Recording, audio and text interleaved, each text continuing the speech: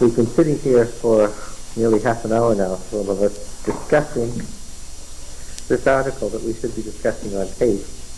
He asked a simple question, straightforward question, a matter of fact from last week. Where does dispensationalism originate? Where did it originate?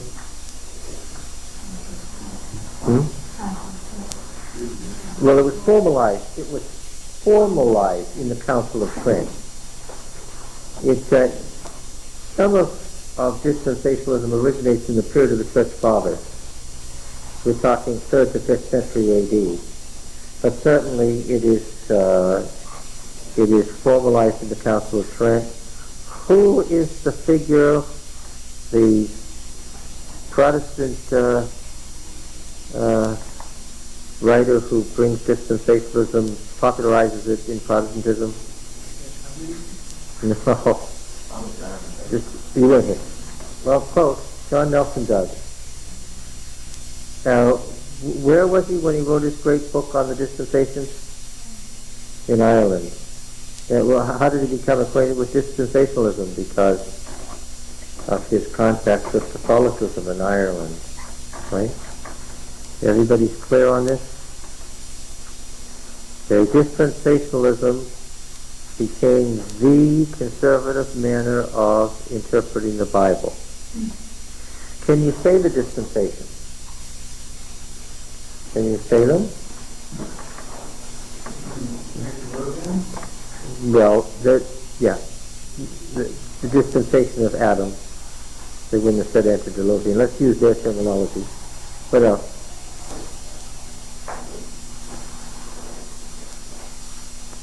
The dispensation of Noah, yes. Yes. The Jewish age, incorrectly beginning at Sinai, right?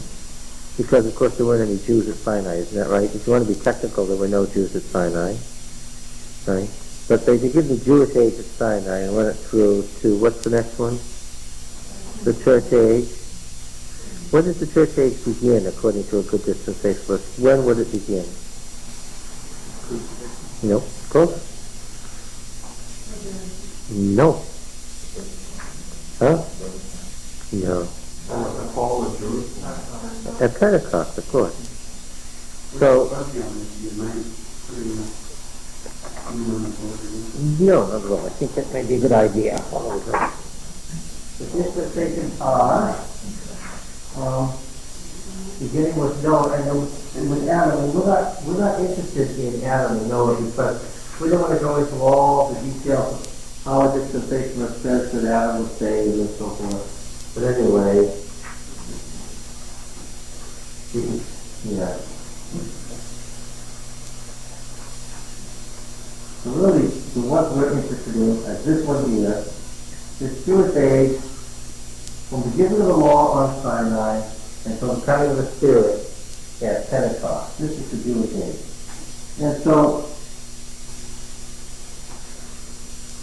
when Jesus says, don't think that I've come to destroy the law. I have not come to destroy, but to fulfill. What would a dispensationalist say? Well, of course, what? See if you can reason it out from the dispensational viewpoint. Huh? Why would that not be of any significance in the discussion? Don't care that he said that. Sure he said that. Doesn't matter at all. Why? Well, what was already said? Why would it not matter? He was in the Jewish age. He was talking to people who were saved by the law. It was still the Jewish age. The text doesn't apply to dispensationalism. Okay? So from Sinai to Pentecost. With the coming of the Spirit, why then we're in what age? Church and church age. Yes. What do we know about the church age from Old Testament prophecy?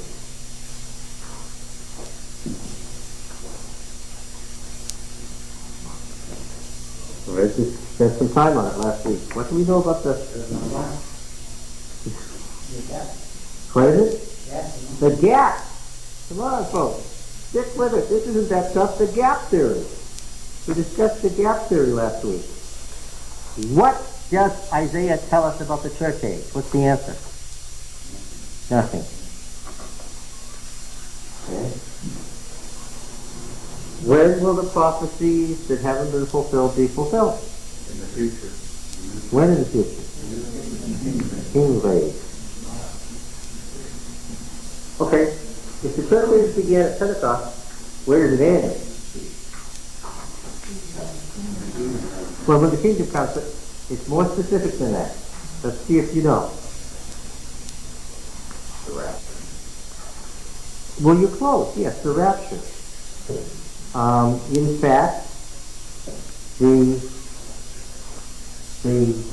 kingdom age begins during the 70th week. Because remember, the dispensationalist says how many weeks were fulfilled at the coming of Christ? 69. Yes. And the last week is divided into two 3.5-year periods. Second 3.5-year period is tribulation of 1260 days when the Antichrist comes. Okay? So, this goes from Pentecost through the coming of the Antichrist in the 70th week. Ask your questions now. This is the time to declare. And then will come the kingdom age in which all these prophecies will be fulfilled. There will be... Where will the kingdom be, by the way, in the kingdom age? Kingdom age says it's going to be a kingdom. Where will it be? Yeah. Where will the headquarters of the kingdom be? In Jerusalem. Temple be rebuilt? That's the key. Conservative Christians, whether Protestant or Catholic, believe that Christ is going to come back to Jerusalem, the temple is going to be rebuilt. Conservative Jews, Orthodox Jews throughout the world believe the Messiah is coming to the temple in Jerusalem in the kingdom age.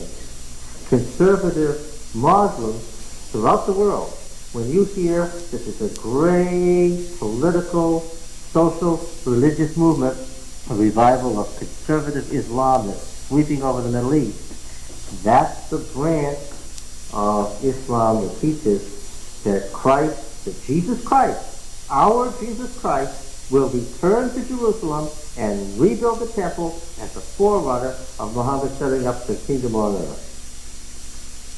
Okay? What I'm telling you is that the three great organized religions of the world all believe the same thing on this point.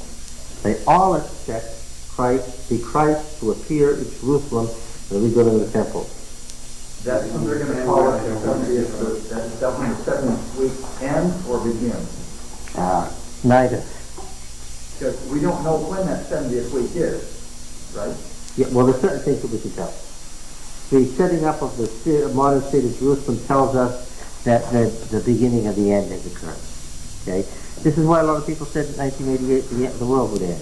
Because Israel was set up in 1948 and this generation won't pass and the generation is 40 years and so by 1988 that should count. Okay? Yes. So they see the setting up of the kingdom, the coming of the modern state of Israel as a forerunner of that event. They see the struggle between East and West that went on as a forerunner of that event.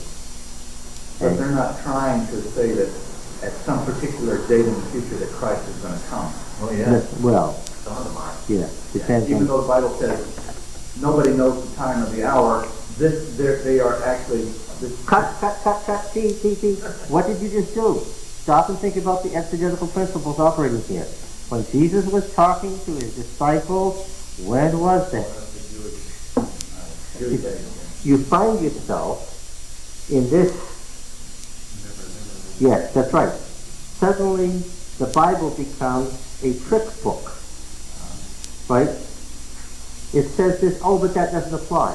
It says that, oh, but that applies to the future. It says this, oh, but that applies to the past. And the whole thing slides away from you. That's the problem with dispensationalism. Now, wait a minute. You all know the dispensationalists believe that the righteous will be raptured. Where did you say the kingdom was going to be? Raptured to where? Yeah. Well, how come if they're raptured away from here, the kingdom's going to be here? The kingdom is made up of 144,000 converted righteous Jews. The Christians, well, were raptured to heaven. No big deal. The Christians don't have to deal with the Jews after all. Yeah. So the kingdom age is the fulfillment of all those messianic kingdom prophecies in the Old Testament to the Jews, just as God promised. And the Christians have gone elsewhere. Because those promises weren't made to Christians. Get it? They were made to Jews. Is there a movement about the rebuilding the temple? The movement is called Christianity, Orthodox Judaism, and Orthodox Islam. The argument is over who's going to do it. All these conservative religions actively teach that we've got to rebuild the temple. That's what the big argument's about. You can understand why Christians peace conference that we have to get all this you believe. Oh, yes. Yeah. There is a secondary agenda in when you look at a President Carter, or when you look at a Secretary of State Baker, or when you look at a Vice President Quayle making statements. You've got to understand you're dealing with not the stated political agenda, because we have to state a secular agenda in the United States. The government can't be supporting religion. But you have to understand that just underneath the surface is the conservative Protestantism of all these people that actively teaches that all these things are going to happen in a certain way, and so we have to do certain things in a certain way that aids and abets that happening. And that's called a self-fulfilling prophecy. How does the 1919 Bible Conference relate to this discussion? Oh, well, yes. Directly. When John Nelson Darby published his book in 1835, The Dispensations, Protestantism moved away from historicism. Historicism was the principle of interpretation of Protestantism from Martin Luther forward. And the final gasp of historicism was Millerism and its parallel movements in other countries. And when Christ didn't come in the 1840s, what happened to historicism? It ceased to be a factor in interpreting prophecy. And there was John Nelson Darby's 1835 book, The Dispensations, sitting there, and people read it and said, what? This is the way to interpret prophecy. And so, conservative Protestants became, along with Catholics, became dispensationalists from then forward. There's going to be a war in the Middle East. And that war is over something. It's over setting up the kingdom. So when an Adventist tells you, I believe that Armageddon is a war between the East and the West that's going to be fought on the plain of Jezreel by the city of Megiddo, he's got half the story. He's been infected by dispensationalism. And you next ask him, why is that war going to be fought? What's the result going to be? The Adventist won't know. Because he's a half-baked dispensationalist. He won't know. A Baptist would be able to tell you what's the result going to be. Setting up of the kingdom. The Antichrist will be around. He'll rule for 1,260 days. He'll be destroyed. The righteous 144,000 Jews will be left in Jerusalem. They'll survive. All the others will be purged out and burned up in the Armageddon War. The best mixture of Millerism and dispensationalism is the Jehovah's Witnesses. There's other problems with the deity of Christ, but that's the mingling of these two ideas. Okay? Dispensationalists, pure through and through. They all went back to Palestine because they thought that they were the righteous 244,000 who were going to set up the kingdom. Yes. The shepherd's rod, he mentioned. Exactly. That's where it came from. A confusion of ideas. Okay. So then, but after 1835, after 1840, after 1845, Protestantism moves away from historicism, the old interpreting principle of Bible prophecy, to dispensationalism. And Adventism moves right along with it because Adventists are conservative. Now, this wasn't the eschatology of William Miller, it wasn't the eschatology Ellen White described, and so instead of going all the way, instead of talking about the Antichrist, the tribulation, 144,000 righteous Jews are being raptured away, Adventists got halfway there and trying to make it fit with their other stuff. See? It doesn't really fit. Okay. Has anybody in their Adventist experience ever been told that Armageddon was a literal battle in the Middle East? How many here ever heard that in Adventism? Not on the 700 Club, in Adventism. You'll start in school, but Armageddon's going to come here. World War II will start. You believe it? Sure. And the religion department at Union College, when they started breaking away from the literal battle idea, some of those people lost their jobs. Yes, it was probably sounded like a heresy. It was the original Adventism. But, I can remember the old ladies in the White Memorial Church in Portland. They were horrified. They were really horrified. They didn't stone me, but they were just absolutely horrified. They couldn't believe what they were hearing. That Armageddon was not a literal battle in the Middle East, but the last battle of the Great Controversy.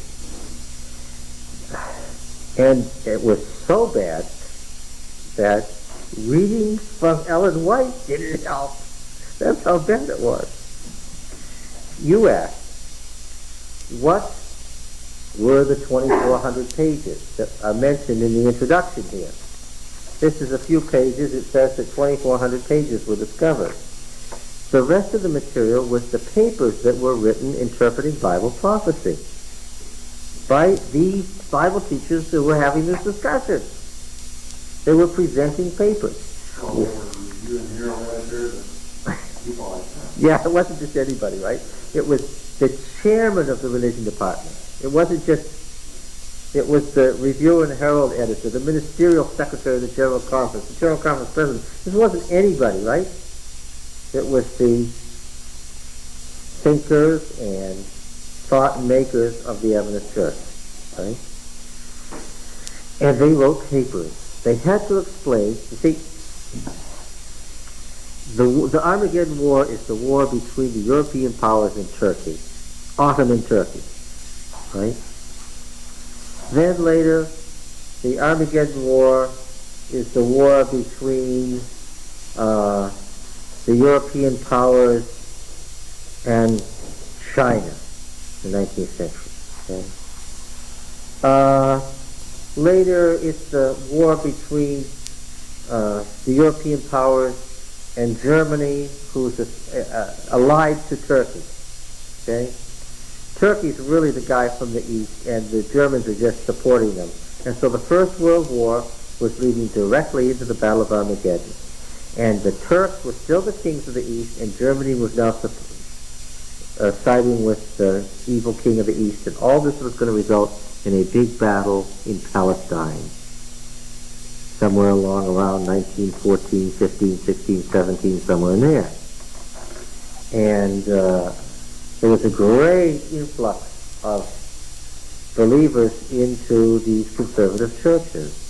There was that strong counteracting against the modernists, the higher critics, the German liberal theologians. Of course, the war was against Germany, so that helped. See? the German liberal theologians who dissected the Bible, who didn't believe that there was even a God there, that it was just a process of evolution that created the Bible. There was this backlash. The Scopes trial was all about this. Now then, they were firmly rooted in dispensationalism. Then the First World War ended. No Battle of Armageddon, no second coming of Christ, right? And so what was the question? Since it seemed to be fulfilling prophecy exactly as we understood it, and then nothing happened, what was the reason?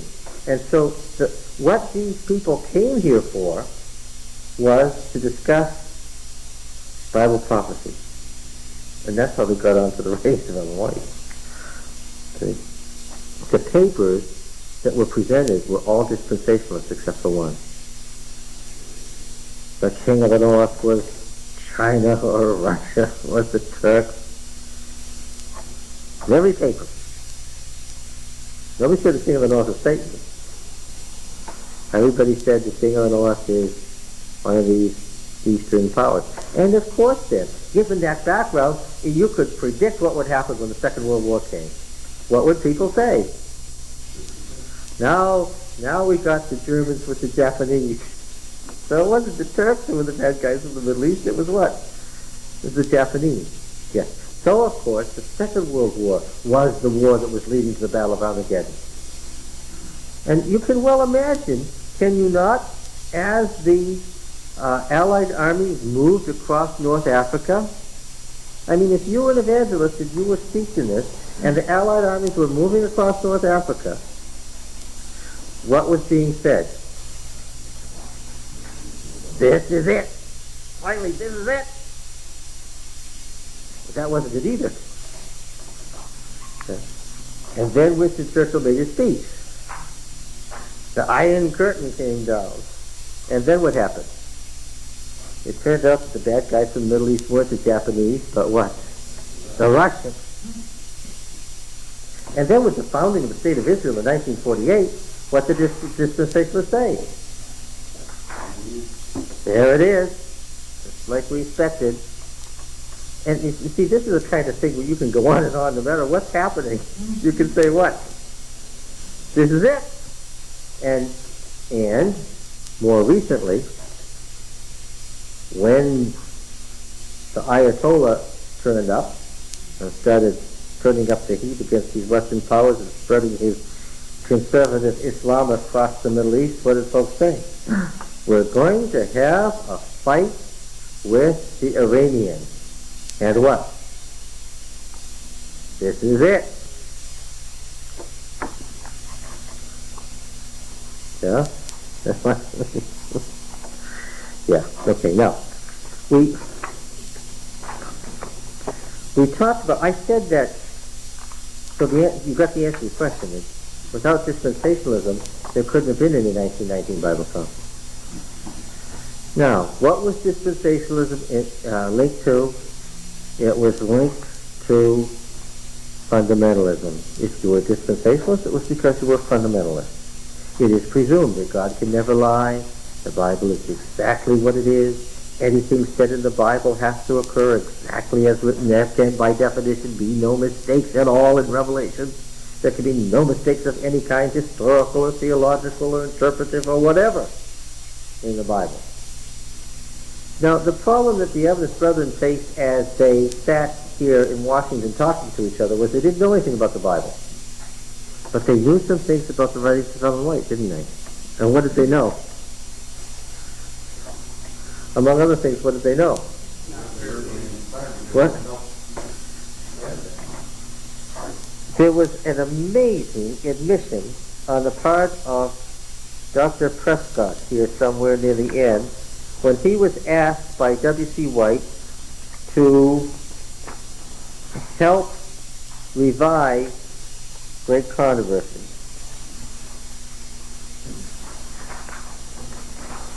He said, I don't know if I can find it, he said he didn't want to do it. At first he said no, because he said he knew what it meant. 54? Right hand column? Yeah.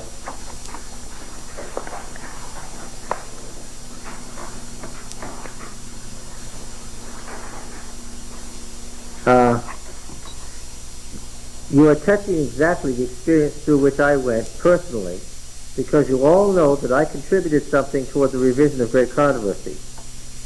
Now, he's speaking guardedly here. When he says he contributed something toward the revision of great controversy, what does he mean? Change one word.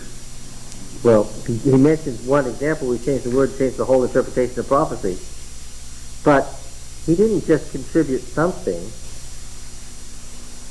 He was the editor who revised the whole book. He took hundreds of quotations out and put hundreds of others in. He just supplied them. Said, these are the best, this is what we're going to do. I furnished considerable material upon that question. Yes, indeed, he did. Now, is this a problem? Not at all. Is it a problem for me? Not in the least. It was a problem for Dr. Prescott, and he says so.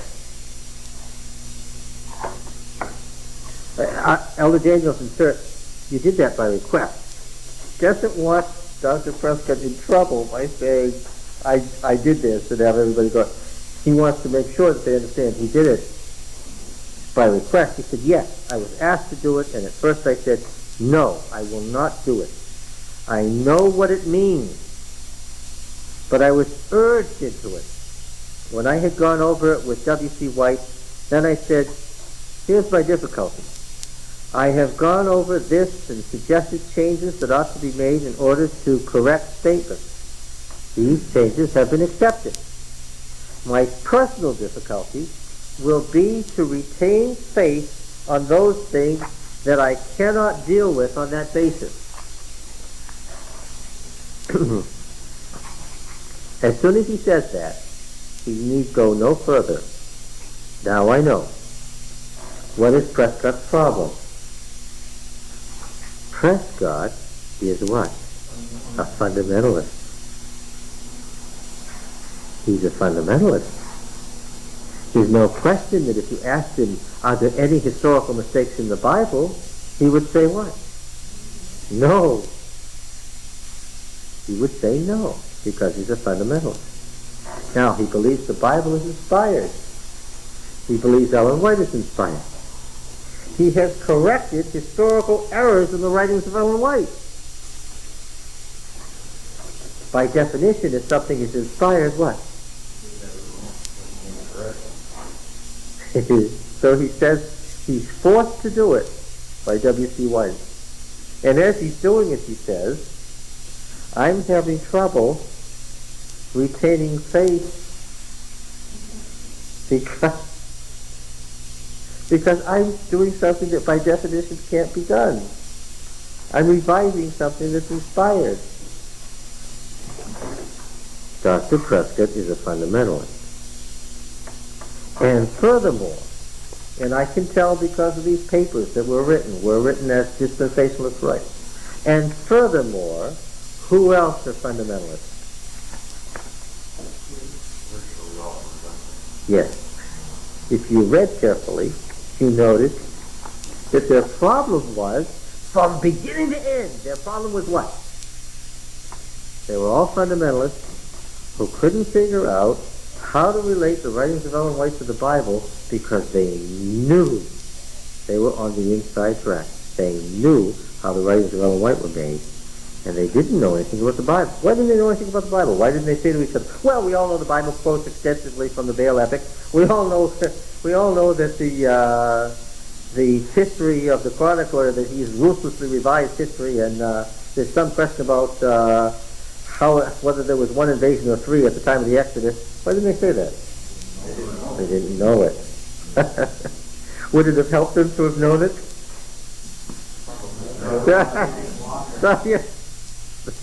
They'd still be meeting in session trying to decide what to think. Yes.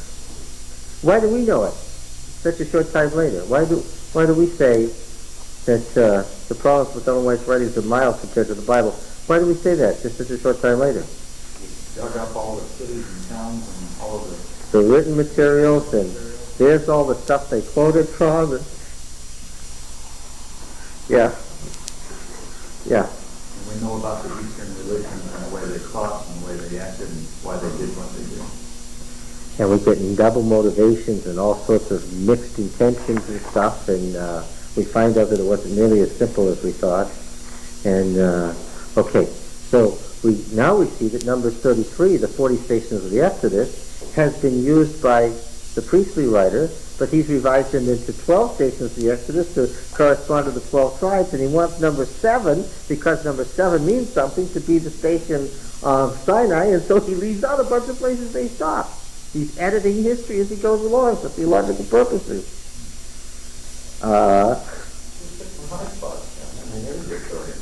Yes, I know. So, that's right. So do good theologians too. Yeah. So. That next sentence from the one you talked about. Yeah.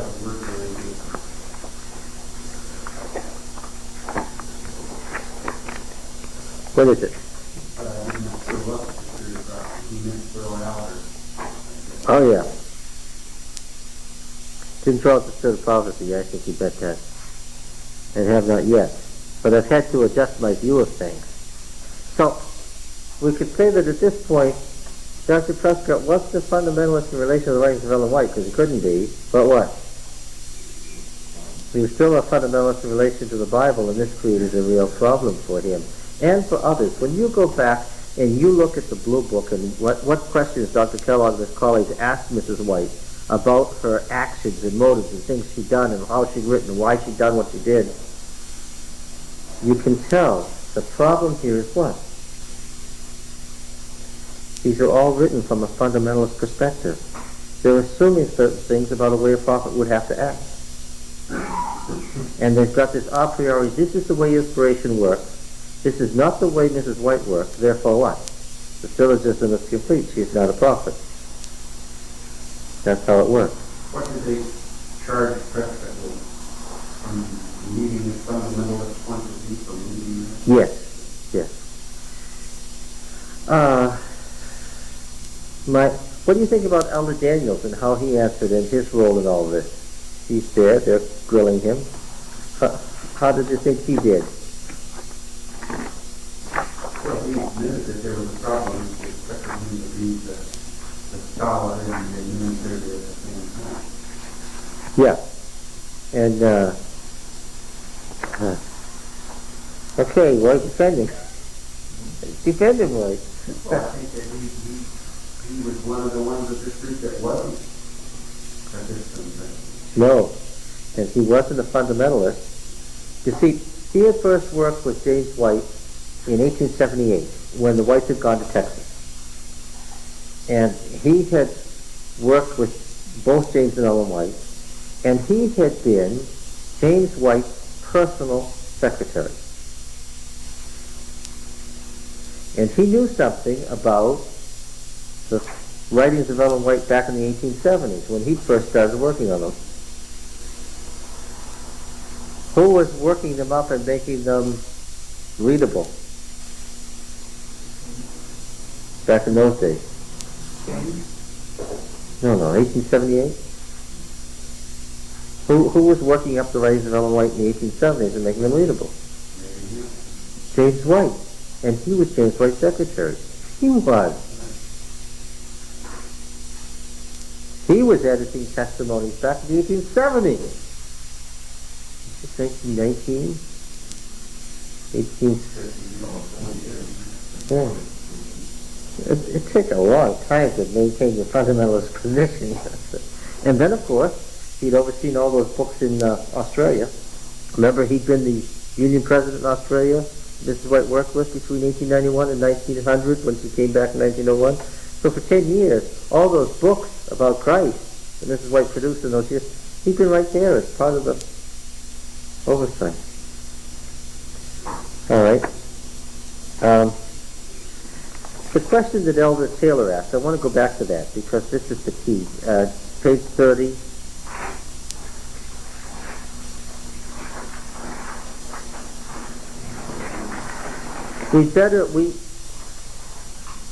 I asked that we start this unit out separately at the beginning of the tape so we could sell it separately. And we had better do something that I didn't do last week, and that is review what exegesis is. Elder Taylor asked, and I said this was the real point, I'd like to ask you to discuss for us the exegetical value of the testimony. Of course, I think it is generally understood by us that there are many texts to which he makes no reference. There are many texts that he explains. There may be other explanations that are equally true that she doesn't touch. My question is really this: may we accept the explanations of Scripture that she gives? Are those dependable? And then he gives 3 examples. 30, the right-hand column, his 3 examples there. Is it proper for a teacher to explain that Scripture with other Scriptures, illuminating the text and bring in the spirit of prophecy? Or suppose 2 students differ on the meaning of a text and they come to the teacher to find out what it means. Should the teacher explain the text? What are the key words there? They come to the teacher and ask what? What it means. See, I would have stopped Elder Taylor right there, and I would have said to him, now Elder, when 2 students come to you and ask what it means, since you mentioned the magic word, he was the one who said exegesis, what would we have to say to him? Yeah. What does it mean spiritually to these 2 students? Is that what you're asking? Or, since you said exegesis, what? What did it mean? Yes. So let's review, I erased it, didn't I? Let's review just verbally what goes into an exegesis of the text. What are the 3 legitimate hermeneutical ways that you can use a passage? All are legitimate. They just have different purposes. And what are the 3 ways? Yeah, you can do an exegesis. So one way is you can use it exegetically. You can use the text in an exegetical manner. The second way is analogically. The analogical method, and the third is the homiletical method. You don't really care what it meant. You're using it for now. You don't care what the original situation was, or what the current situation is anyway similar to the original situation. That's not your point. Your point is that this is what you, allegory for instance. Put a long allegory in a sermon here some months ago by Elder Platt, and the whole thing was a perfect example of a homiletical usage of a passage. He was talking about the birth of Christ. The glory of the Lord shone round about. He talked about the glory of the Lord shining round about us, and how people look at evidence and see their good works. It had nothing to do with the meaning of the text. It wasn't an analogy to the original meaning at all. Just a good example, and the whole sermon merely was a good example of a homiletical usage of a passage. It's legitimate to do that. It's been done for centuries. The rabbis did it. The Old Testament writers did it to each other. The New Testament frequently does it to the Old Testament. Nothing wrong with it. Well, you know what you're doing. If people got the idea that you could derive from Elder Clapp's sermon what the narrative about Christ's birth in Luke 2 was about, they'd be very, very sadly mistaken. Okay? Now, obviously we begin with exegesis because I've said many times, to decide what it does mean, you have to first do what? Okay, what are some things that we'd want to do? Just list them out, as many as you can think of. What are some things that we'd want to do in an exegesis? The culture, the language, the religious circumstances, the historical circumstances, the ideologies, the history of religions, the history of the movements internally, if you're talking about a prophet, the whole history of the prophetic movement and its relation to the royal ideology and so forth. Yes. How long has the term exegesis been used by these people? Is it some relatively old, or is it? No, it's very subtle of you to ask that question. I was going to ask that.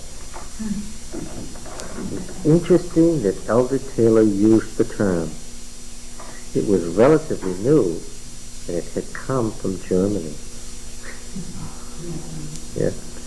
The idea of establishing the then meaning of the text, as opposed to jumping on it and telling what you think, was right out of German theology.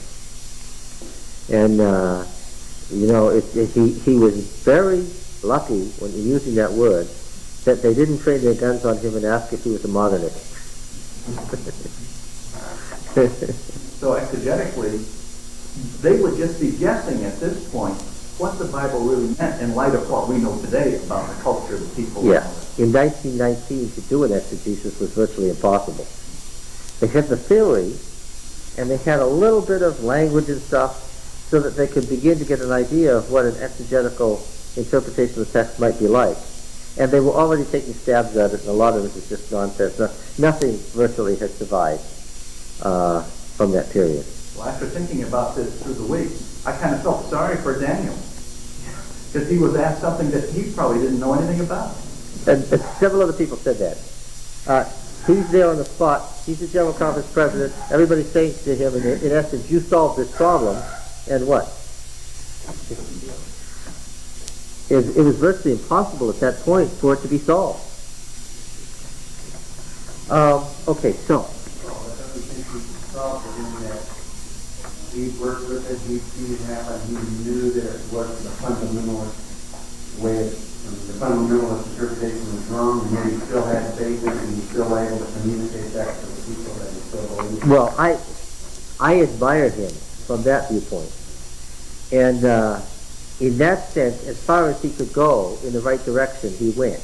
As far as he was equipped to say what was true, he said. And what was the result to him personally? This is 1919. When we read this article on... I'm supposed to do that. When we read this article by Bertolovius, we're going to discover what happened in 1922 at the General Conference of 1922. Huh? Absolutely.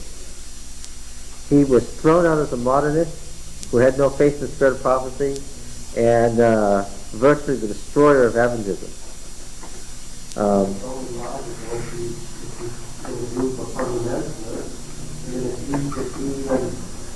Halfway spoke up on that point of view, he would be shot down. That's true. And in the turmoil that was going on, he was given issues. Yeah. And the result was foreordained, yes. Okay, some of the things, for instance, when we want to do an exegesis of a passage, we want to find the limits of the passage. See if you can find the once upon a time and they all lived happily ever after. Find the throne succession narrative or the ark narrative. Okay? They stood as individual, complete unto themselves. They originally existed separately. There's no question that the throne succession narrative was written as a separate, circulated piece. It had a purpose at the time it was written. I don't do an exegesis of it now, but I'll just say that it had a very clear purpose at the time, which is changed considerably by its now being in the Deuteronomic history. Okay? So, we're going to set the limits of the passage. Then we want to ask questions like, what can be known of the author? In a good many parts of the Bible, what's the answer to the question, what can be known of the author? Nothing. Yes. And his intended audience. Well, we can be pretty clear in something like the throne succession narrative who the intended audience was. It's very clear in the throne succession narrative that the whole thing was written to legitimize Solomon. So I can tell you when it was written. When was it written? It wasn't written after Solomon had been king for 50 years and had absolute control and was the most powerful king of his age. Nobody would say, if he's the legitimate king, why did he inherit David's throne? Right? When was it written? Very early. Probably in the first month of Solomon's reign. Solomon was a little teenage boy. David had sons who were 50 and 60 years old. Alive. Who wanted to be king. Yes. And, yeah. So, purpose. Terms. Theological terms. We found out that the priestly writers, when he said, this is the sanctuary, what it meant, the Mishkan, what it meant for God to dwell, to be Shekan in his people, he invested with a whole new theological meaning. And now we're talking about the languages. And the parallel languages, the cognate languages. What languages are we talking about? Well, in the Old Testament, we're talking about Hebrew, right, and Aramaic, and Ugaritic, of course, because we can't get away from all these Canaanite stuff, right? Ugaritic and Akkadian, and Arabic, parallel languages that shed light on the meaning of the term. What else might we want to do in an exegesis? Certainly structure. We've got to do literary structure, right? If it's a chiasm, then we can tell this is the point here in the center. Okay? Daniel 2 to 7 is a separate unit. It's a chiasm. When it says that the Most High rules the kingdoms of men and gives them to whomever he will, he removes kings and sets up kings, and his kingdom is forever. That's the center of the chiasm. That's what Daniel 2 to 7 is about. All these earthly kingdoms are the reflection of God's control of the world. He's the King of Kings who's running things. That's the center. That's what all the rest of this is to illustrate. It's important to know that, isn't it? Because when we look for a moral to the story, where do we look for it? The end. So, without noting the chiastic structure, we're likely to be looking in the wrong part of the book for the meaning. Okay? The literary structure is certainly going to have meaning, as well as the syntax and words. What's the choice of words? The structure of the words, the sentences. They differ from person to person and from type to type. What is this? Is this prophetic narrative? Is it prophetic legend? Is it parable? What is it? What is the form of what we're reading? Okay? Limit, structure, authorship, date, intended audience. Right? Reuse. Why did the Deuteronomists use this?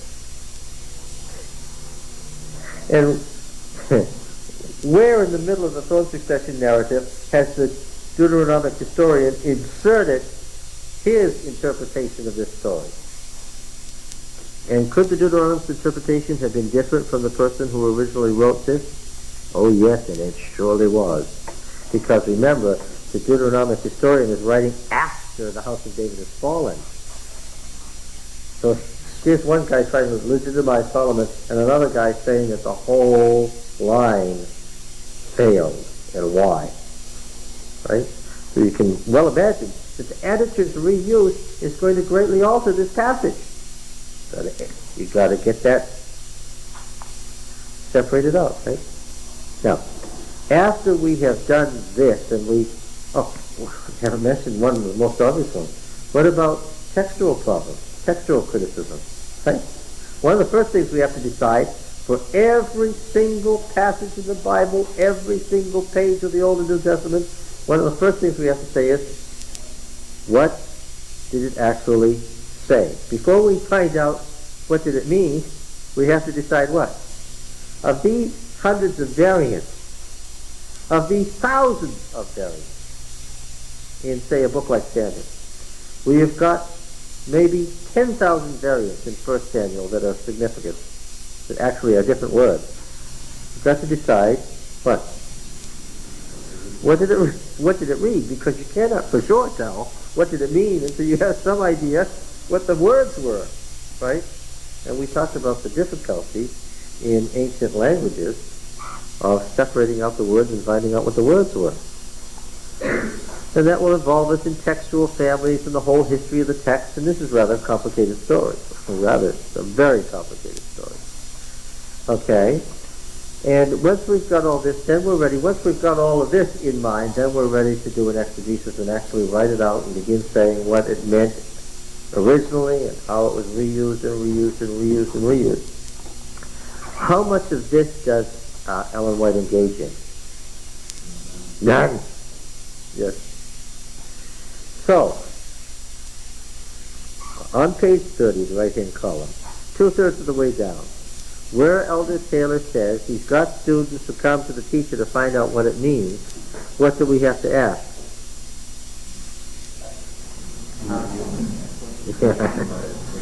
Well, yeah. I'm sure he would have been appalled by things that we would have said, but that's how knowledge moves on. We would have had to stop him and say, wait a minute, what? What do you mean by, what does it mean? What could you mean by that? He said exegesis. I don't know if he still was thinking of that at this point or not. Now, we've got to establish the exegetical meaning first. And what's the bad news? What is the bad news about the exegetical meaning? They didn't know anything about it. Yeah. And we, living a full 70 years later, what? Yeah. 15% of the known occupied sites of the ancient world have been excavated. And of that 15%, say a giant city like Hazor, say down 30 acres or so, 3% of the 15% has been excavated. So what do we have? We have a little sampling. We have a little slice, enough to tell us some things, some sort of basic starting point things. And now you read like biblical archaeology review, the folks write in and they're so frustrated, their hand is shaking and their mouth is dry as they're writing, because they're fundamentalists. Then what? And they just read an article that suggested that maybe some of the people that we now call Israel were already living in Palestine at the time of the Exodus, right? And they're in absolute state of horror, right? Because they're writing from the local Baptist church, right? Okay. In the meantime, there's this great scholarly debate going on. There's enough to know a tremendous amount of information, but not enough to arrive at any final conclusion. This is bad news. Yeah. Wouldn't it be simpler if we already had enough to be definite on all sorts of things? And so we come to, we did this in the first 4 books of the Bible. We'd come to sections, what would we have to say? We know this, and we know this, and we know this, and we know this, and what else? And we have this question, this question, this question, we're what? We don't know. We don't know. I suppose the only difference is that because we're doing exegesis and because we're this much later than them, when we come to a certain place, we know some questions to ask, and what? And we know that we don't know the answer. Right? That's sort of progress, isn't it? Yes. So, there's an exegetical present truth. Understand what I mean by that? The present truth? And the present truth is keeping up with what's revealed, but what? Knowing that this isn't the stopping point. We may need to revise and move onward next year or the year after. Yeah. So now, if Elder Taylor meant, can we use the spirit of prophecy to do an exegesis and tell the students what the text meant? This is the meaning of the text, as Isaiah wrote. What would we have to say? Ellen White never engaged in such an activity. In fact, of these 3 leads, where did Mrs. White's writings fall primarily? They never enter into number 1.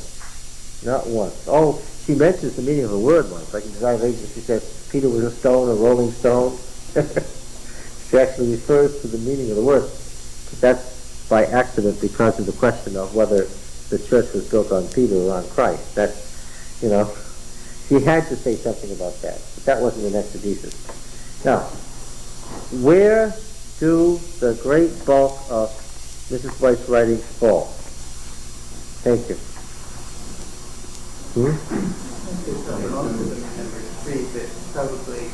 Number 3? Oh, I'd say most of them are number 2. She's always saying that so with us today, so the church today, and drawing a similarity or an analogy between that situation and this one. You can't get through a chapter in Patriarchs and Prophets where she doesn't say that we're the modern Israel, we're on the borders of the heavenly Canaan, we're testing God in the same way, da-da-da-da. She's constantly doing analogies. In the 3 deceptions of Satan, she's constantly telling you how this worked out in Christ's life, or in the apostles' life, or in Martin Luther's life, and what? And how it's working out, the same deception is working out today. Now, did Mrs. White ever write just homilies? spiritual kinds of things which he drags in text without any regard to the original. Oh yes. A lot of the devotional books have ferreted out the homiletical material, and you get it sort of, you know what I'm saying, the Morning Watch books with all Ellen White material. The editors have gone, and I don't think they did it consciously. They've gone through because it's the kind of thing they're looking for, and they've drawn out stuff that's largely homiletical. Yeah. Does any of this have to do with inspiration? Does this mean that Mrs. White wasn't inspired, or didn't have visions, or that God didn't tell her what to say? No. Unrelated to that issue. That's what they didn't know. All right. So, and further down in the same column, the infallible interpreter of the Bible, what would you have to say about that? When an evidence said that Mrs. White was the infallible interpreter, what did you know? The person is a fundamentalist. Right? How could you get an infallible papacy unless what? When did the Pope become infallible? Well, this is very important. When did was Innocent III, that great medieval Pope who controlled, was the master of Europe, was he infallible according to the doctrines of the Church?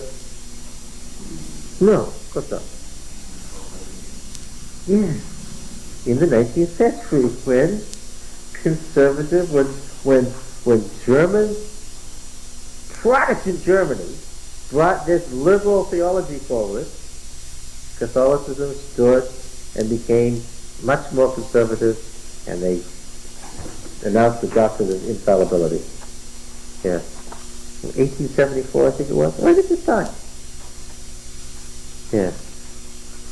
And page 31 in the right-hand column, Elder Taylor is still asking about those two brethren. Can they use the testimonies to determine the meaning of the Bible? He was really very, very determined about that. Yeah.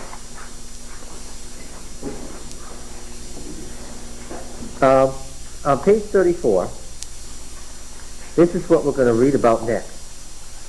Some of you said you weren't sure what this was about. Dr. Prescott is speaking. He speaks rather. There's another experience that you know of that applies to what Brother Taylor has brought up.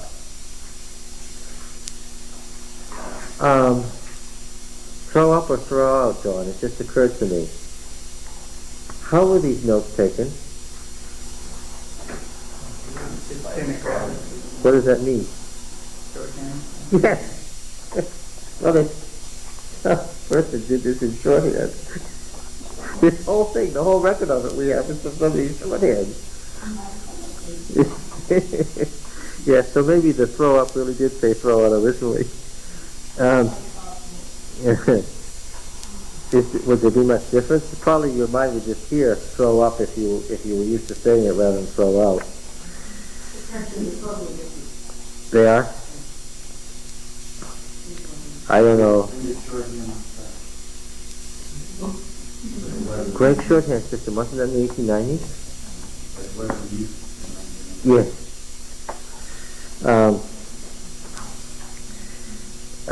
Some of you knows that applies to what Brother Taylor's brought up. Some of the brethren here remember very well a serious controversy over the interpretation of the 8th chapter of Daniel, and there were some of the brethren who ranged themselves against what was called the New View, and they took her writings to uphold their position.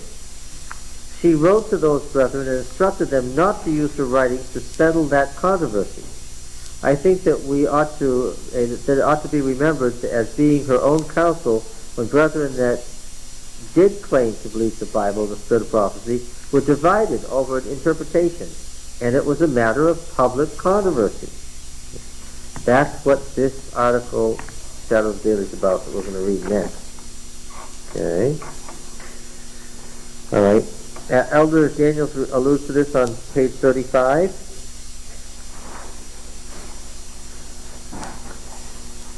Now here you say that you were, this is Elder Daniels himself talking to Mrs. White. This is great. He said, it was, about the chart, Elder Haskell having the chart showing that it was pagan Rome.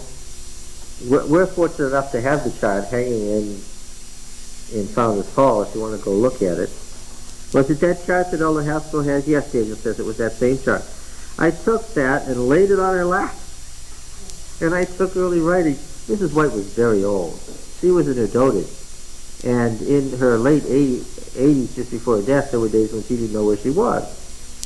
So Elder Daniels is going to drag out of this very old woman the meaning of the daily, right? I laid it on her lap, and I took early writings and read it to her, and then I told her of the controversy. I spent a long time with her. It was one of her days when she was feeling cheery and rested, and so I explained it to her quite fully. I said, now here you say that you were shown that the view of the daily that the brethren held was correct. Now I said, there are two parts here in this daily that you quote. One is this period of time, the 2,300 years, and the other is what the daily itself was. I went over that with her, and every time, as quick as I would come to that time, she would say, why, I know what was shown me, that that period of 2,300 days was fixed, and that there would be no definite time after that. The brethren were right when they reached that 1844 date. Then I would leave that, and I would go on about this daily. Why, she said, Brother Daniels, I do not know what that daily is, whether it's paganism or Christ's ministry. That's not the thing that was shown me. And she would go into that twilight zone right away. Then when I would come back to the 2,300 years, she would straighten up right away and say, that is the thing we never can move away from. I tell you, you can never move away from that 2,300 year period. It was shown me that that was fixed. Let's just look at the page 18 in here. Let's just look at it.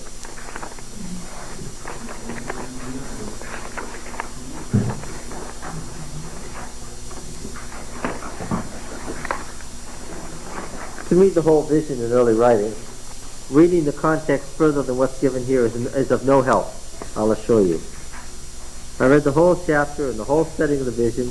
What's given here by Holoviuk is all there is of any use. Quoting Daniel 8, 11 to 13. Do you remember what Daniel 8, 11 to 13 is? It's the paragraph about the little horn, magnifying himself over the prince of the host and trampling on the remnant, and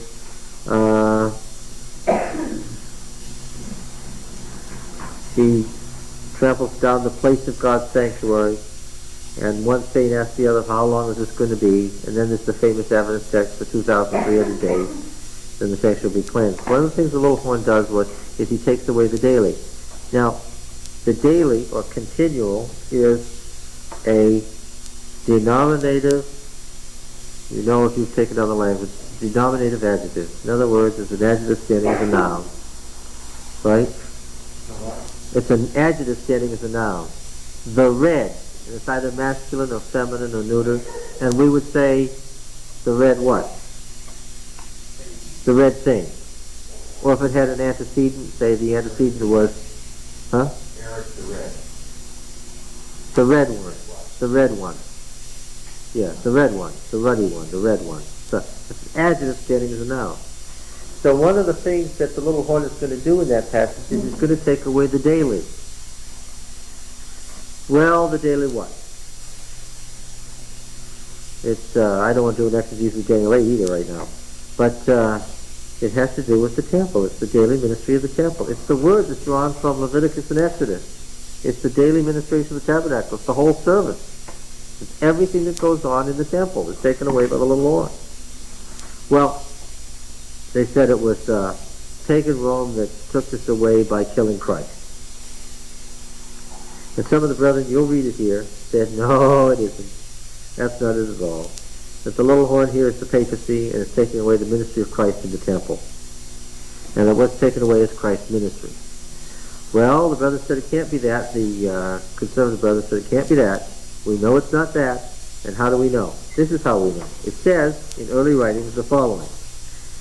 Yea, he magnified himself even to the prince of the host, and by him the daily sacrifice was taken away, and the place of his sanctuary was cast down. And a host was given him against the daily sacrifice. The word sacrifice, of course, this is the King James Version, and that's the translators supplying a noun in English. It's the daily something. They have applied There's lots of different daily things that Exodus and Leviticus say. One of them is the sacrifice, so they've inserted the word here. But it means more. The daily standing alone means the whole daily ministry of the temple, not just the sacrifice. However, since the sacrifice was the primary part of the ministry, it's okay if you want to insert that. That's all right, as long as you know what you're doing. The daily, by reason of transgression, and cast down the troops to the ground, and practiced and prospered. Then I heard one saint speaking, and another saint said to the certain saint which spake, how long shall be the vision concerning the daily, and the transgression desolation, to give the sanctuary and the host to be trodden under foot? And then the next verse is Daniel 8:14, under 2,300 days, and then the sanctuary will be cleansed. Then I saw in relation to the daily, Daniel 8:12, that the word sacrifice was supplied by man's wisdom and does not belong to the text, and that the Lord gave the correct view of it to those who gave the judgment hour cry. When union existed, before 1844, nearly all were united on the correct view of the daily, but in the confusion since 1844, other views have been embraced, and darkness and confusion have followed. Time has not been a test since 1844, and it will never again be a test. So we better look at that. What do you think it says? What do you think it says? About time or about the daily? About the daily.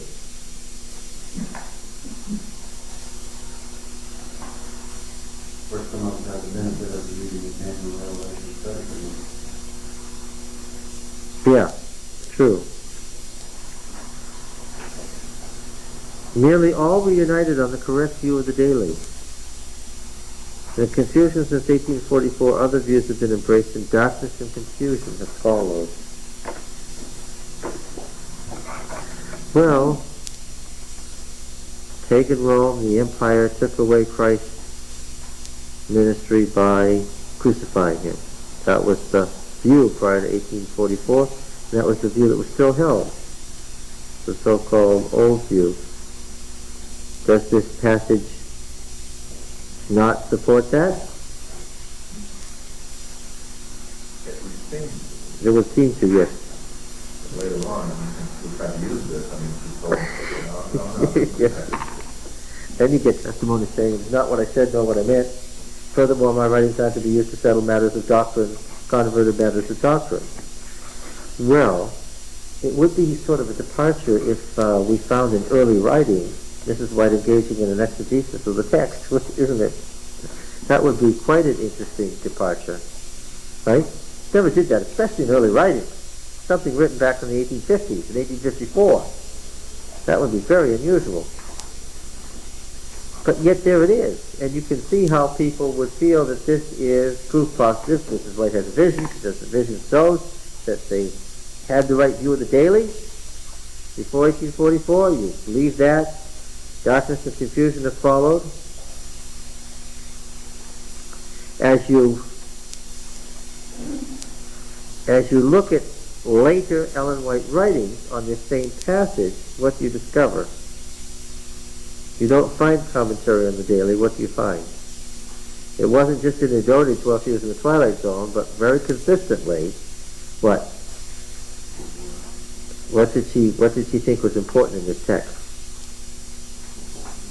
The 2300 days, ending in 1844.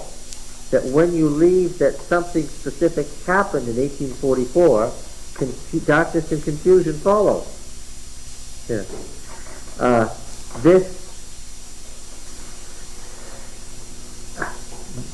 again and again, with whether it's Conradi, or Ballinger, or Jones in his later incarnation, or Kellogg, or Canright, no matter who you're talking about, or I might say Desmond Ford, no matter who you're talking about, when you see a starting point, what is it? There isn't really a sanctuary in heaven. Nothing really happened of any significance prophecy in 1844. I mean, that's always the thing. This is where Mrs. White was wrong. There isn't really a sanctuary in heaven. Nothing really happened that was a fulfillment of prophecy in 1844. They're identifying marks. Mrs. White said it's identifying marks. says you can look for certain landmarks. We talk about removing the landmarks. Here they are. She says the seventh-day Sabbath, the perpetuity of the law of God, salvation by faith in Christ, the existence of a heavenly sanctuary, Christ's heavenly ministry and atonement, the beginning of the investigative judgment in 1844. The list is very short. Her list is very, very short. And those are the important things you can't leave off. Okay? If you want worrying about removing old landmarks, what are the old landmarks that make Adventism special, that are present truths that we've got to tell the church as a whole? This is it. I think there is only one that we can come up with on our own. Well, pre-existing, yeah. Yeah, and of course you can find the sanctuary doctrine in various individual writers here and there in the history of the Christian church. Yeah. Okay, so there it is, and it looks like, on the face of it, it looks like an interpretation of the daily, and it isn't. It looks like it is, and it isn't. What is it? I would say that it is an inexperienced writer's attempt to tell you how important the 2300 days are. So I look at the writings everywhere thereafter on this passage of Daniel. I see it again and again, and I find what she comes to every time she comes to this passage later. And what is it? The 2300 days ended in 1844, and that's important. And that's a key. Because, and what actually happened that was of such great significance. Yeah. But they were all united in the correct view of the daily. Confusion, sin, darkness. Well, we're going to read about this whole thing next. Okay. So, you said last week that sometimes Ellen went led, sometimes she followed, sometimes she was neutral, and this was the case where she was following. Yes. That is very much the case. Yes, that's a good observation. All right. Let's see. What other parts here do we have that we want to make note of?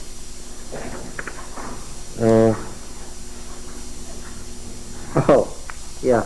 Page 47. They're really Elder Taylor again.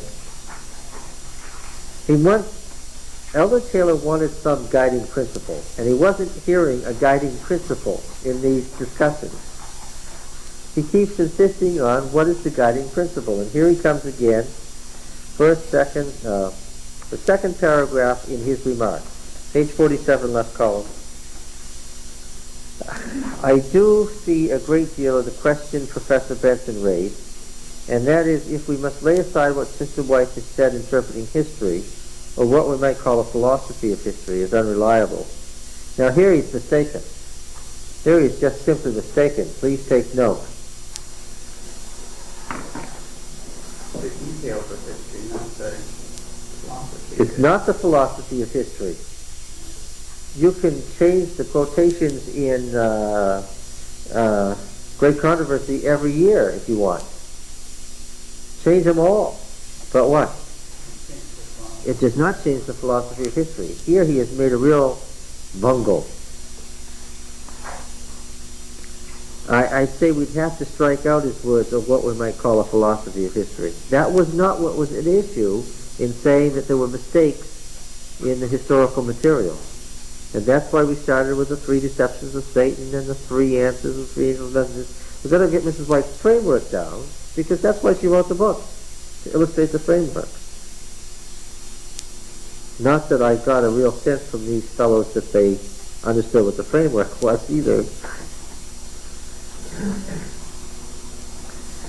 So, if we have to lay aside her philosophy of history as unreliable, also lay aside as unreliable exposition of the Scripture, the only natural conclusion for me, and probably for a great many others, would be that the same authorship is unreliable regarding organization, pantheism, every other subject that may be treated on, that she may have told the truth. But we had better get all the historical data we can to see whether she told the truth or not. That is something I'd like to hear discussed. I do not believe we should get to the foundational question unless we have an answer to Professor Benson's question. Well, he was right there prodding them Did you feel in reading this that they arrived at a conclusion? Did they arrive at a, well, here's what we're going to do? Hardly. Elder Daniels, page 50 on the left.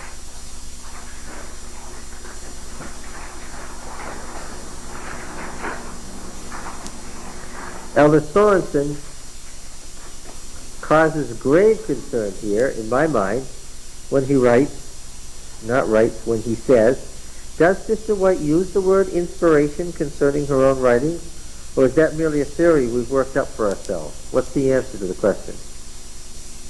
She does use the word inspiration in reference to herself, her work, and her writings. Yes. Yes, and she talks about how inspiration works on the person, not their words. Yeah. That is not merely a theory we worked up. I asked for information. I've never seen that in her writings. The introduction to the Great Controversy, the author's introduction, is useful in this purpose, where she claims visionary experiences as the interpreting principle for the various themes of history and how they're going to work out in the future.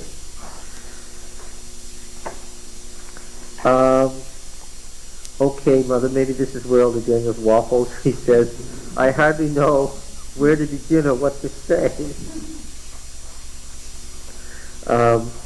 I think I must repeat this, that our difficulty lies in 2 points especially. One is on infallibility, and the other inspiration. I think Brother James White foresaw difficulties along this line way back at the beginning. He knew that he took Sister White's testimonies and helped to write them out and make them clear and grammatical and plain. He knew what he was doing, that he was doing that right along. And he knew that the secretaries they employed took them and put them into grammatical condition, transposed sentences, completed sentences, used words that Sister White did not herself write in her original copy. He saw that, and yet he saw some brethren who did not know this, who had great confidence in the testimonies, just believing and teaching that these words were given to Sister White as well as the thought. So those people who were teaching that were fundamentalists.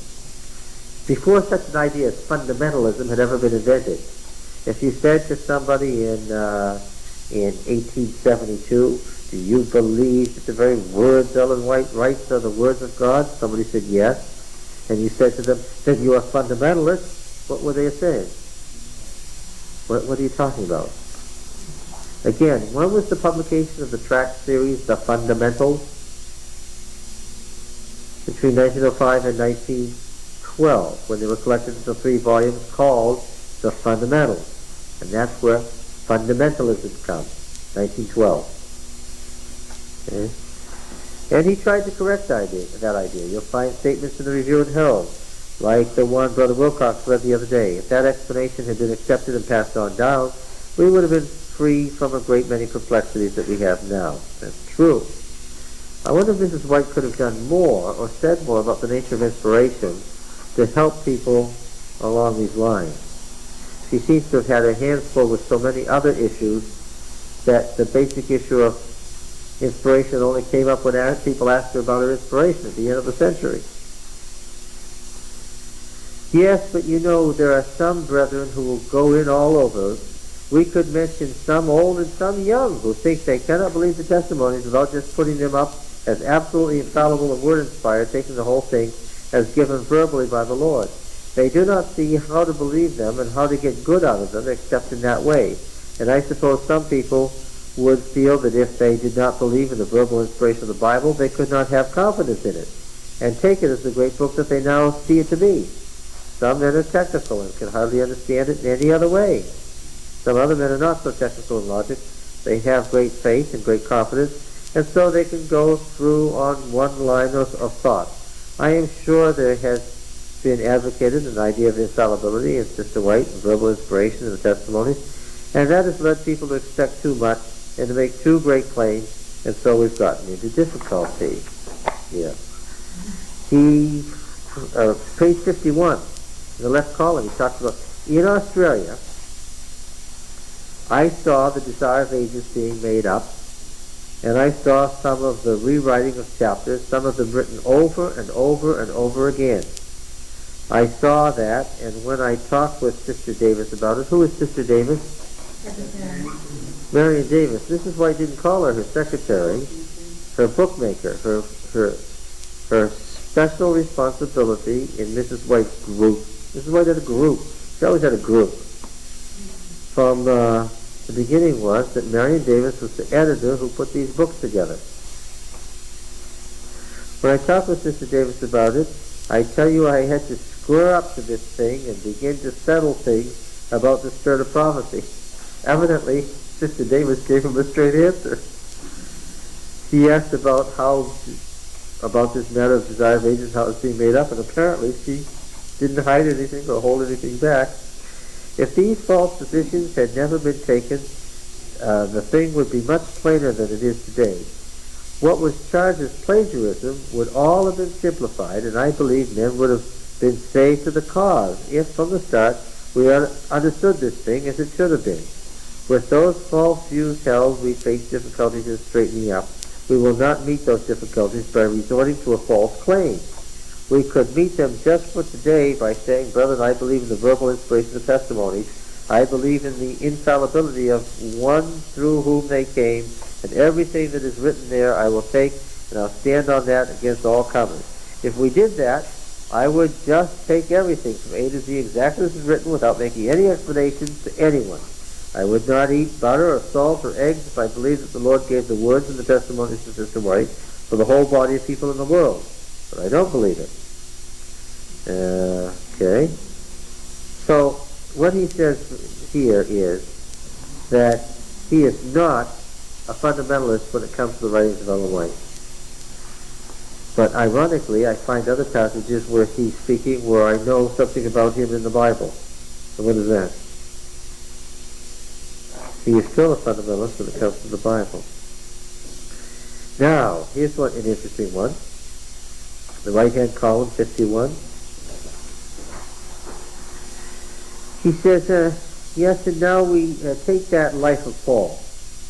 I suppose you all know about it and knew what claims were put up against her, charges made of plagiarism, even by the authors of the book, Conover and Houston, and were liable to make the denomination trouble because there was so much of their book put into the life of Paul without any credit or quotation mark. Some people of strict logic might track on the ground, but I am not built that way. I found it out, and I read it with Brother Palmer when he found it, and we got Conover and Houston, and we got Wiley's History of the Reformation, and we read word for word, page after page, and no quotation, no credit, and I really did not know the difference until I began to compare them. I supposed it was Sister White's own work.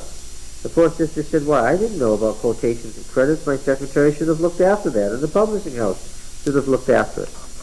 The only thing that I would have said to Ellen White, can you give a prophet advice?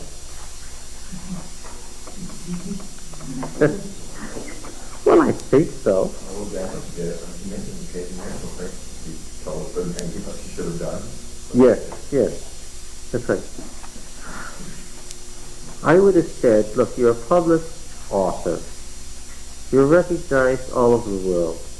When you use other people's material, you have to cite it. And if you don't want to be bothered learning how to do that, then make sure you've got someone on your staff who is an expert at it, and let them know what books you're using so that they can do it at the time. Right? Don't let it slip. Exactly. I don't know which of these articles it's in. When did she finally say, well, then we have to cite everything? When somebody told her it was a financial issue, that she was causing other people, loss of money over their own efforts.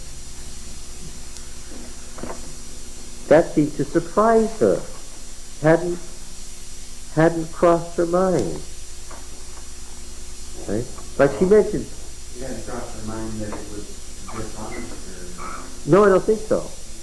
It was such a common practice in the earlier years of American literary production to use other people's material without citing it, that she had followed the common practice long after it ceased to be the practice for careful writers.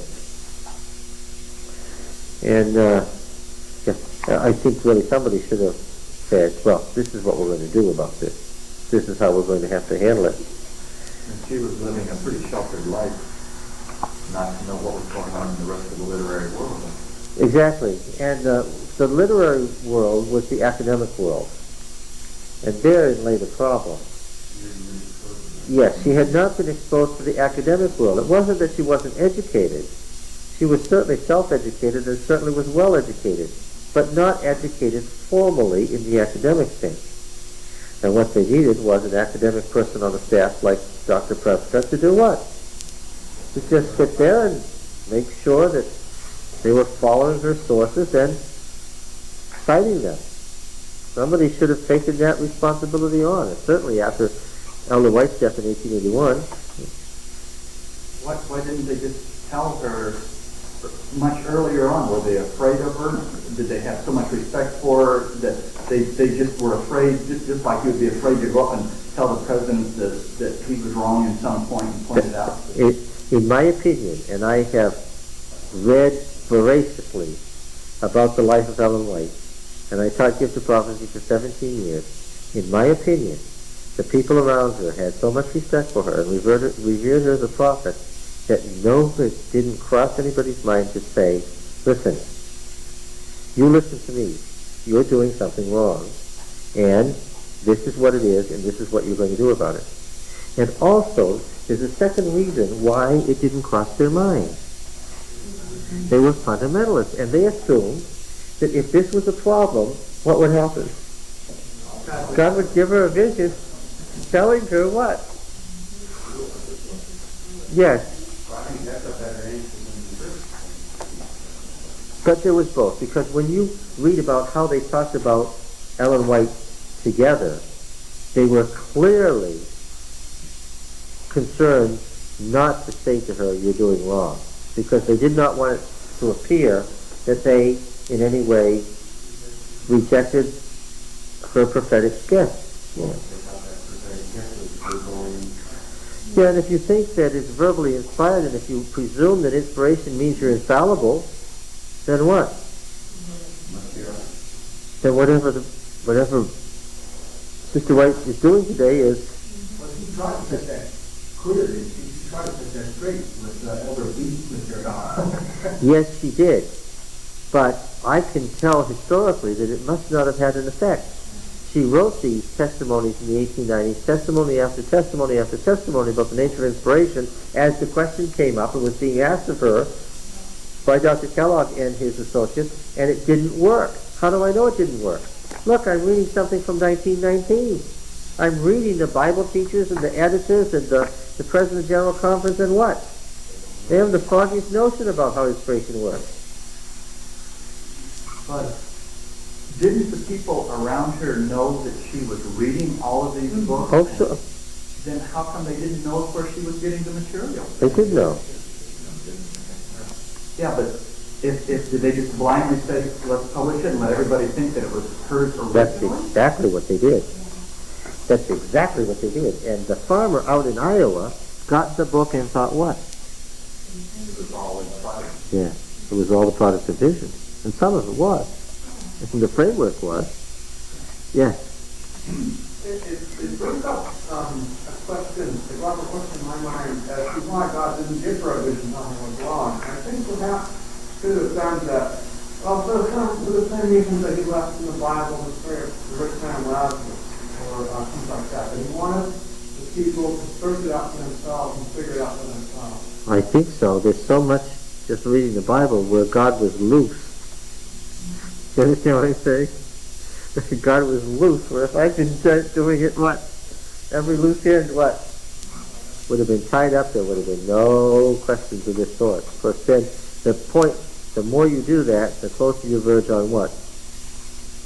Sitting on somebody's power of choice. If you leave no evidence of mistake or failure, then what? If you leave no evidence of mistake or failure, then you have to believe. Logic forces you to believe, and there's no faith, and you force the will. But don't you see the Bible writers are doing the same thing that Ellen White did, and taking some other writers, and it's under their name, and was written by that person, but they didn't write all of them. That's true, but we have no evidence that in the 8th century BC there was any requirement that you cite. Okay? So that's what, I guess that's another part. My question is then, wouldn't she have felt, and wouldn't people around him have felt that even though she was using other people's writings, that she was inspired to use that and incorporate it into that? Well, no, but you see, that is the problem. When you look at the quotations in the book, many of the quotations were not originated by Ellen White. No, but I'm saying, wouldn't they have thought, though, even though she didn't do that, wouldn't they have thought that the inspiration would have led her to these writings, and then her incorporating it in her writing was part of the inspiration? Yes, and I think that's correct in a general sense. As long as you understand that when you say her incorporating it into her writings, may mean what? That it was incorporated into her writings under her general direction by her staff. Some of these quotations, I read in her diary where she said that she had just gotten a copy of Desire of Ages, fresh off the press, and how impressed she was that the printing house had done such a wonderful job of making it a truly beautiful book, and how well it read, and how smoothly it read, and how beautifully written it was. She was congratulating her staff on the production of Desire of Ages. And what does that tell you? Now, I don't want you to think that the staff went out and found sources and made up a book. That isn't what happened. What did they do? They took her writings and manipulated them into something that was understandable. That's right. The first thing that Marion Davis did was she mined, and this took her several years, she mined the prior writings of Ellen White for material on the life of Christ. And then she had this thousands of pages which she had to do up. Yes. And then she found that she was missing sections where there was nothing. And what did they do? They started looking for sources. Now, mind you, some of this massive material that Marion Davis had on the life of Christ from Ellen White had in it what? Sources already. Because maybe she wrote a testimony, and these 6 paragraphs were from Harris's The Great Teacher. And it was probably the case at that point that Mrs. White would not have remembered, nor Marion Davis, that what? In this section of this testimony, these 6 paragraphs were originally a paraphrase from Harris's book. They incorporated a lot of stuff in that they didn't know was already source material at the time that they were doing it. And from time to time, Marion Davis herself was faced with, this is a quotation. And she was surprised because she didn't know it was a quotation, because, though she certainly didn't have any problem with quotations because she'd inserted a lot of them herself, she didn't know that the stuff from Mrs. White's pen was already a quotation. And does the White State have all of Mrs. White's library? Well, no. There were books in her library at her death, a long list of books that we can get. We have that. In fact, I can supply you with that if you'd like to know what books were in the library. And I even started which ones are known sources. In addition, as I said, she left the library in Australia, and of course there was Elder Andrews' library and the university libraries in the original transformation of Spirit of Prophecy Volume 4 into the book Great Controversy. So, I mean, those sources, who knows? The universities in Basel, the books are probably still there.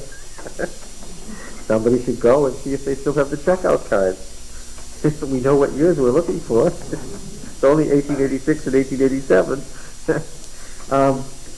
It's possible. I mean, this is how research is done. We might be able to find her staff taking these books out, and that would be a help. There's the assumption, though.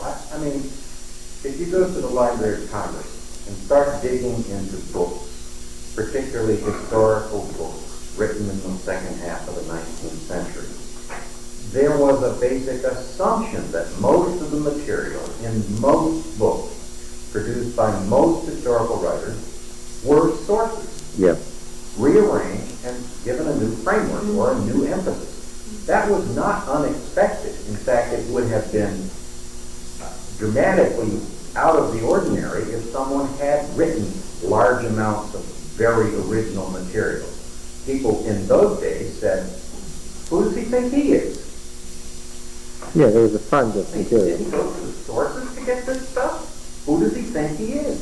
And he did that without attribution until well after the turn of the century, before it became the practice, widely used practice, to footnote and attribute all of the stuff that they got out of those other authors.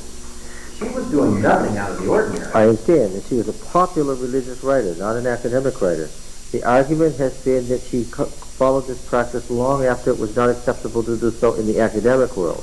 And I said, but she wasn't in the academic world. And who is it that's making these... yes, that's right. Who in Adventism is ironed by this most? Well, it's The guy who wrote books. yes, the person who's got a doctoral degree in historical research or something, for whom it's incredible that when people were citing works already in 1850, that Ellen White isn't citing works in 1905. And yes, and if you're reading academic works, and you're reading the academic works of the 19th century, and you see citations all the time, I'm even somewhat suspicious that maybe some of the critics don't know what the popular religious press was like in 19th century America. It's very different from the academic press. And this is why it was clearly in the popular religious press. I told you, and I will supply you with the photocopy of the section. I told you that I discovered that her scrapbooks were the result of these over 2,000 journals coming into the Review and Herald a week, and they, on a gratis basis, the reason that the religious press exchanged material was what? Precisely so you could read it and use it. I mean, if they gave you their gratis copy, if you would give them a gratis copy, precisely so you could use it, so they'd all have enough material to keep printing new material for their particular readership. You see? And so you had nearly 2,200 journals on their list coming in weekly or monthly or quarterly, coming into the review office and being hand-trucked down to Mrs. White's house, where she was sitting on the floor of her parlor reading it and cutting it out and pasting it into her scrapbook for her writing. Okay? So that you have a tremendous amount of material. So you're saying that as she read these articles and cut them out, she somehow said that's a good way to say what the Lord showed me? Exactly. You know, one article, I wish that they would, there were 9 scrapbooks because one of them is marked number 9. I think we have 5 of them. 5 of them in existence, there were at least 9. And they're folio sheets. You know how big folio sheets are. And she sewed them alongside. It's got this, I see this, it's like that Autobahn book over there. It's just a giant thing. And there's holes in some of the pages where she cut it out. And in some of the things it said republished, and there's an arrow, and then there's a hole. So you know that became a source. She said republished, and there's a hole there. They cut it out and published it under her name. And there was this one article, and it was said republished, but obviously they didn't, and it was all about giving. And it was a sermon on giving that had been reprinted in some, the top wasn't there, so you couldn't tell what journal it was from. And it had all these different points about tithing and so forth. And the last 2 were that tithing was the Old Testament giving system, and systematic benevolence, where you decided how much you should give, was the New Testament system, and because tithing had been done away with, along with the Jewish law. Now that was all penned through. And there was an X by it, and she had put in the note, do not republish, error. Yeah. So I mean, she was editing the sources as she went along. That Of was course. my whole idea in saying that her people and her thought that she was inspired by reading this material and knowing how to say it and put it together Yes. for Adventist people. It falls into two categories, however, for now. Some of the material falls into categories where she's illustrating something that she's had a vision about. And others of this, like Great Controversy chapter 14, the whole chapter from the first word to the last word is verbatim from the historian, and she never claims she had a vision about any of it. So that you can't say, look, here's a passage in Ellen White where she says such and such. I know, therefore, what? Because actually the visions would not have produced whole volumes. No, that's right. That's right. And to say that, well, she had a vision about Charles IX and his mother, Catherine de' Medici, and she was in the room while they had the conversation that led to the St. Bartholomew's massacre, which is what you would have to say, when actually she was in Wiley's book, reading it, right? Not having a vision about it, but seeing it in the book, and she needed to carry through that section of history to get a whole, I mean, it was a blank spot that they had to carry over, and they had a place to, source to use, to carry them across that place. Yes, now, Elder House's question, 52 at the bottom, let's deal with this. My difficulty is not with the verbal inspiration. My difficulty is here. You take the 9 volumes of the testimonies, and as I understand it, Sister White wrote the original matter from which they were made up, except that they were correct as far as grammar, capitalization, punctuation. But such books as sketches of the life of Paul, Desire of Ages, Great Controversy were composed differently, it seems to me, even by her secretaries in the 9 volumes of the testimonies. Is there not a difference? I felt that the testimonies were not produced like those other books. What's the answer to this question? Is there a difference? So we say Conference of the Ages is a framework filled out with sources, but a testimony is a testimony is a testimony. A testimony is a vision. No. So far as we can tell, the percentage is about the same. There seems to be no distinction between, and you know why you can't, it should be obvious because Elder House had missed it. Apparently he didn't understand that those testimonies became, they went through the mill and what did they become? They became these books. Yeah. No, you'll find Mrs. White saying things like, the Lord has said, and quoting a passage from Harris. Write the testimony. Yes. Yes. Well, what did he say? I don't know. No, I don't know if there are any quotations. Did he say that? Oh, he does. Yes, he does. No, that's dead wrong. Yeah. That's dead wrong. He says, I don't know that there are. Oh, that's 100% correct. Depending on what he meant by that. If he meant I don't know, or if he meant I don't know that there are, depends on how you say that.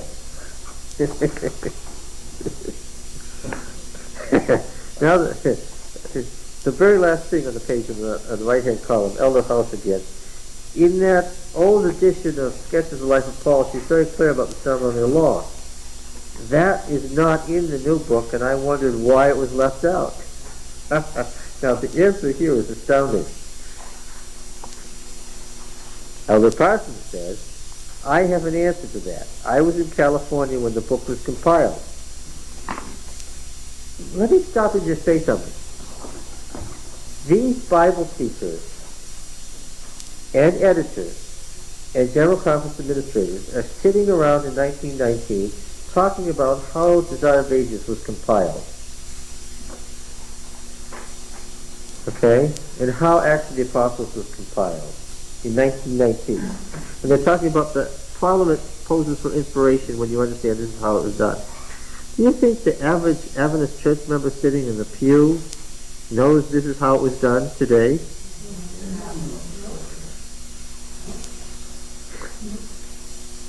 Right there in some of these pews, right in an academic church. Do you think the people know this is how it was done? That's why some people from Australia or wherever can go to. Yes, that is absolutely the answer to the question how a teacher from Australia could go to an academic church to our counterpart and say, let me tell you, and then they would go, yeah. This is a little bit annoying, isn't it? That in 1919 this was also clearly discussed, and this is not how it's presented. And Elder Daniel said we should have presented it quite the way we did. He was saying that in 1919. Right? Yeah. But I find the Adventist church as a whole, over the years that I've been in the Adventist church, the congregation, we don't study. We don't study these things. That's true. We listen to the sermon, and that's what we learn to quote memory verses. Well, but you've also put your finger on it, Mrs. Bailey, when you say that we don't study, but we give the people, if we give the people the same thing, right, and we make them learn the whole set of doctrines by the same proof text without asking them to study any deeper, how much interest can we generate? Part of the problem is that people don't study because they're really convinced what? They already know. They know what they're going to hear, right? Because in some of the sermons that we hear, we see the same thing that Mrs. White was saying. If you haven't read some of the people that they're quoting from, you wouldn't know. Well, yes, that's true. Some of the same. That's true. Same stories. Yes. But when you say they don't study, well now, I mean, a goodly share of us at least grew up in the Adventist educational system, which means that we had 16 years of Bible. We had to have it every year. Well, how can you say we didn't study? The things that are outlined. We don't ask any questions. We're supposed to. Yeah.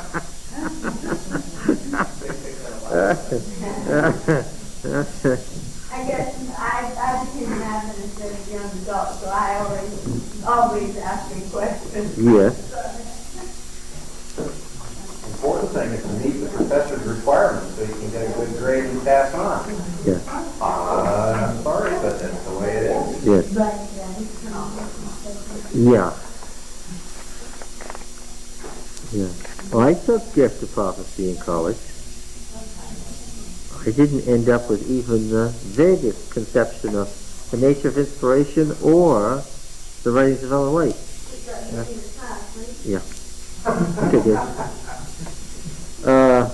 Now, going back, I interrupted the flow here to say it's a in essence to say that it's a shame that this was all known in 1919 and we're discussing it today and the church at large still doesn't know this. Because we'd have to, you see, we can straighten this out. There's no question that Mrs. White was inspired and had the true gift of prophecy. That's not an issue. We could straighten this out, but we'd have to upset people's fundamentalism, right? We'd have to have a major upheaval to get through to the far side, right? Getting back to what Elder Parsons said, I was in California when the book was compiled, and I took the old edition and talked with Brother Will White about this very question. He said the whole book, with the exception of that chapter, had been compiled for some time, and they had held it up until they could arrange that chapter in such a way as to prevent controversy from arising. They did not desire that the book to be used to settle any controversy. Now they're talking about the 1888 General Conference here. They're talking about the whole 1888 to 1901 issue over righteousness by faith, what the law in Galatians was, or it's the ceremonial law or the moral law. Today, what's the law in Galatians? Is it the ceremonial law or the moral law? What's the law in Galatians? The ceremonial law or the moral law? The moral law, you say. I'm going to try it again. What's the law in Galatians? Is it the ceremonial law or the moral law? Speak as if you had studied Exodus, Leviticus, and Numbers in this class with me. Is it what? There's no such distinction as ceremonial or moral law. Remember?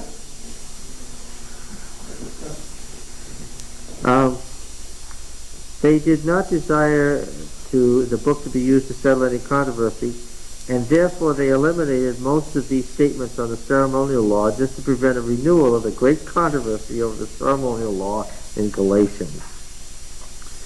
It's not a repudiation of what was written in their first volume, is it? No, not at all, but they just put enough in to satisfy the inquiring mind, but eliminated those striking statements to prevent a renewal of the controversy.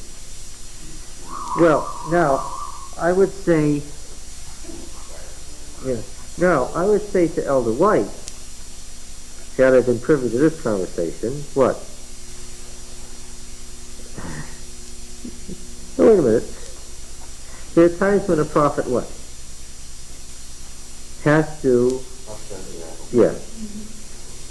And we know that Mrs. White had a terrible time from 1888 to 1901, had an absolutely terrible time over this issue. And we know that she was unsuccessful in general in getting the church out of its legalism. But nevertheless, what would we have to say to him at this point? You've got to what? You've got to publish the book with the correct sentiments, even if, what? You start another controversy. Nothing you can do about that. I think that was an unfortunate decision on his part. All right. Now the historical quotations. Let's look at this 53, the right-hand column. So I understand that Elder J. N. Anderson prepared those historical quotations for the old edition. Brother Robinson, Brother Crisper, Professor Prescott, and others furnished the quotations for the new edition.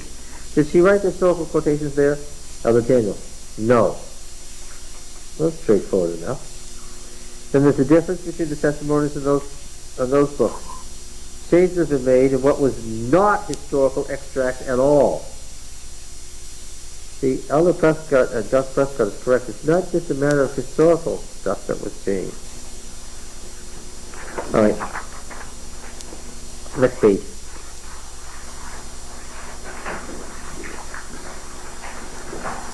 In making the first edition of Great Controversy, those who helped to prepare the copy were allowed to bring forward historical quotations that seemed to fit the case. She may have asked, now what good history do you have for that? I do not know just how it was brought in. As a matter of fact, that's exactly how it happened. Almost verbatim. Mrs. White asked her staff to find good history for what she had already written in Spirit of Prophecy, Volume 4. She said, find the best historians you can to fill in this material and cite as authority. She didn't put herself up as a corrector of history.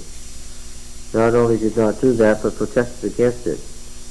Just how they dealt in bringing the history along, I could not say. Well, she asked them to find the history. They brought it to her. She read every quotation and okayed it going into the book.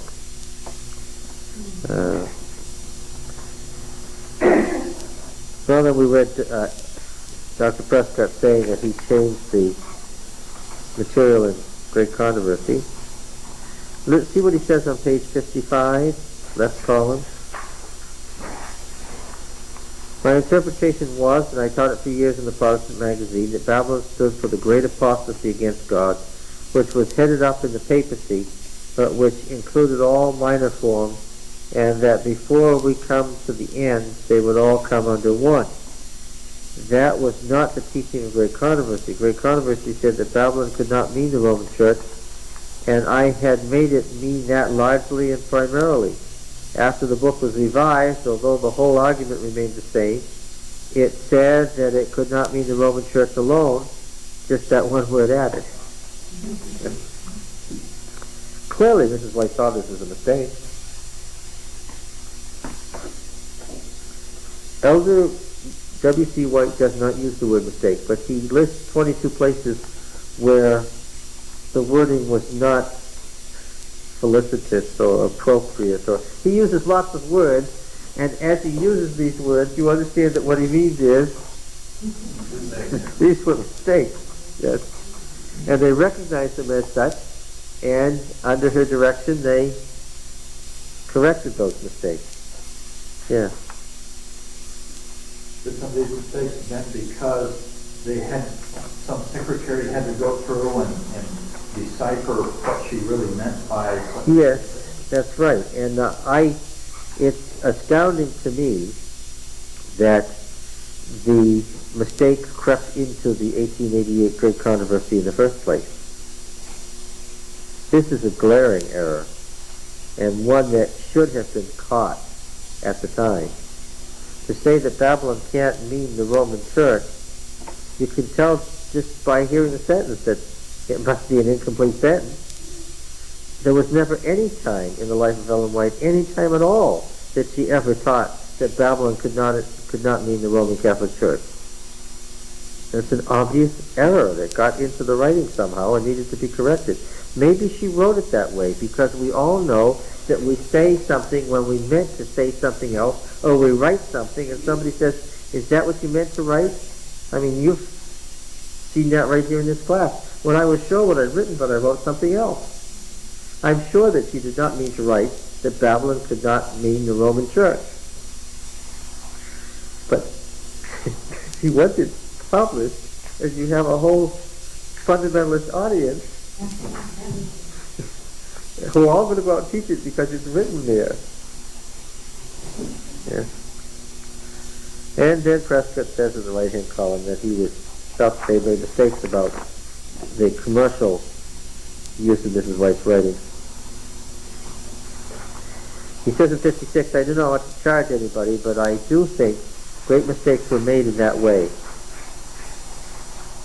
When I talked with W.C. White about it, and I do not know that he is an infallible authority, he told me frankly that when they got out Great Controversy, they did not find in her writings anything on certain chapters to make historical connections. They took other books like Daniel Revelation and used portions of them, and sometimes the secretaries and sometimes she herself would compare a chapter and fill the gap. And we have such a chapter, the McAdams manuscript, which you can read in the Spectrum, where the entire chapter is a quotation from a historian. But Mrs. White took the time to write it out longhand in her own writing, making minor changes along the way. Actually, in her own handwriting, she copied the entire chapter. The reason she did that was that the charge was that she never saw her writings, had no relationship to them, that they were made up entirely behind her back, and she was expected to stamp her imprimatur on it. And that's why, and you can see this when you go to the vault, why you see thousands of pages with her signature on every single page. Because after this charge was spread far and wide, they followed the policy of making her look at every typewritten page and sign it before it was printed. Before. Yes, before. By about 1900, she was signing everything. No, I realize these were did in 1990, but I mean, when they were talking about it, the question came up over the Kellogg controversy, which was the real splitting point. Okay. So, they never quite got to a conclusion, did they? They talked about it at length. You think some of the brethren were less satisfied when they went away than when they started? Some of them seemed to express that feeling and wanted to know, what do we do now? And I guess the answer was, muddle along as best you can. So will we finish their conference for them? What? Will we finish their conference for them? Well, don't you think that particular conference is still in session in Adventism? Yeah? Yeah, I think it is.